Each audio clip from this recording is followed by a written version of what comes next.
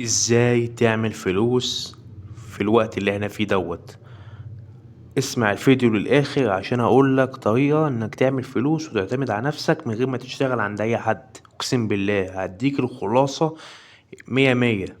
اول حاجة يا معلم، هتعمل محتوى على السوشيال ميديا، على الفيس، على اليوتيوب، على الانستا وعلى التيك توك، الاربعة في وقت واحد.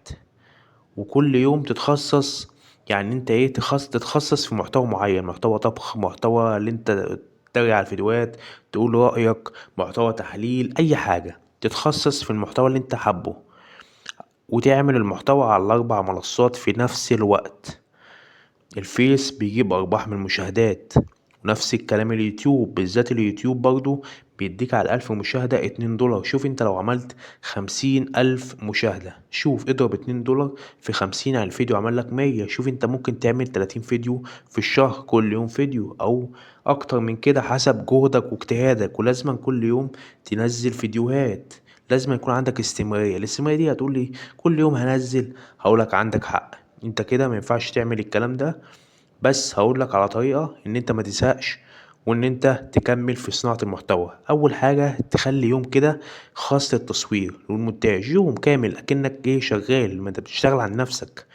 تصور 30 حلقة، تصور 10 حلقات وتجدولهم يا معلم. يعني إيه تجدولهم؟ دي ميزة في الفيسبوك وفي اليوتيوب وفي كل المنصات، اللي انت تحط الفيديو معين في تاريخ معين في الساعة معينة ينزل لوحده، بدل ما كل يوم تنزل بنفسك والكلام ده. الفيديو بيجي على الوقت اللي انت حددته بينزل لوحده، اسمها ميزة الجدولة.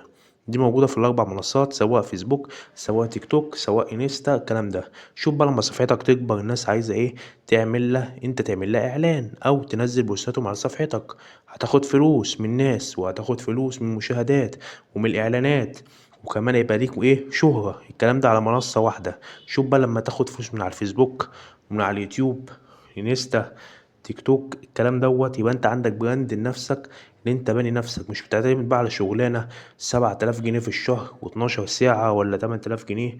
هقول لك الشغل حلال وكل حاجة، بس انت بطريقة بتريح نفسك او تتعب نفسك وملهاش مستقبل. السوشيال ميديا لغة العصر وهي المستقبل ليك في الزمن اللي احنا فيه دوت. تصحى براحتك، تنام براحتك، تشتغل براحتك، تعمل اللي انت عايزه، وشغال اسمها عند نفسك مش شغال عند حد تاني. وبتتعب ويطلع ميتينك علشان واحد تاني يبقى ايه ناجح وغني واغنى منك بمليون مرة ويرميلك فتافيت كل اول شهر. باختيارك، شوف انت عايز تبقى لمين ولا عايز تبقى شمال. بس صناعة المحتوى دي لغة العصر، وهي في يعني الزمن كل ما يعدي كل ما انت هتتطور وكل ما دخلك هيزيد. وكل ما دخلك هيزيد مش هتعتمد على حد، ويبقى ليك رفاهية وليك سعادة. شوف الناس كلها سوفا عاملة ازاي دلوقتي، انت بنفسك هتغير مستواك وهتغير تفكيرك. ولازم تطور نفسك كل شوية، مش تعمل نفس المحتوى، تطور نفسك، تقارن نفسك بالناس اللي بتعمل نفس المحتوى بتاعك علشان تبقى مميز. ولازما اهم حاجة تظبط فيديوهاتك وتظبط لغتك كويس جدا وانت بتتكلم. يلا بينا.